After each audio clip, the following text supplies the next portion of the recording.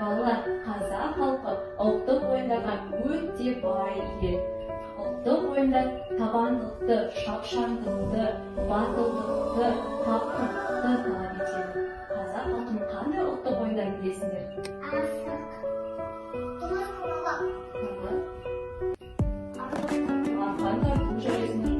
қууға дейін балалар бүгін біз сіздермен бірге тартыс ойындарын ойнайтын боламыз.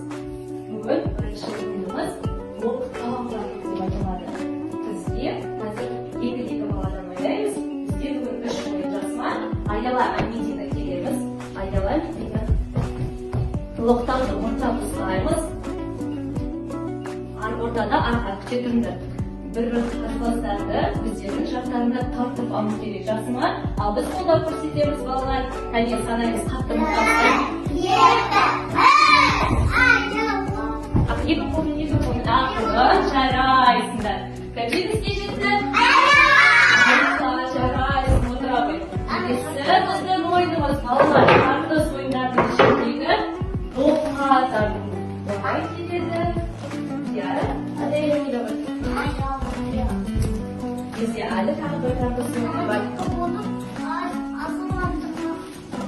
Әнекей, ақырын әдемі тартамыз, иә? Әнекей, апайлаймыз. Бір, екі, үш. Аспазды тартып алу керек бізге. Тартамыз. Екеуі де өте мықты екен.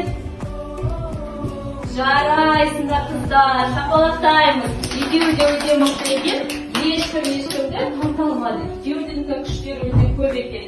Жарайсыңдар балалар. Біз бұтқа тартыс ойынын ойнадық. Келесі біздің ойынымыз атқан тартыс деп аталады. Барлығымыз бірге ойнаймыз.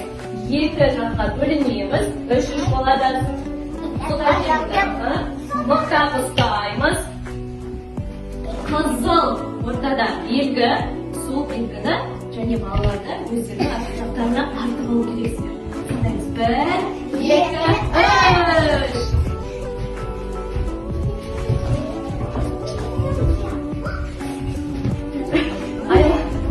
Жарайсыңдар, тоқтаймыз.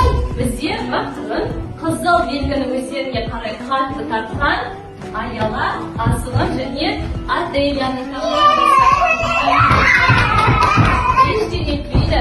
Дағыны тоқта ойнаймыз, отыра қалды.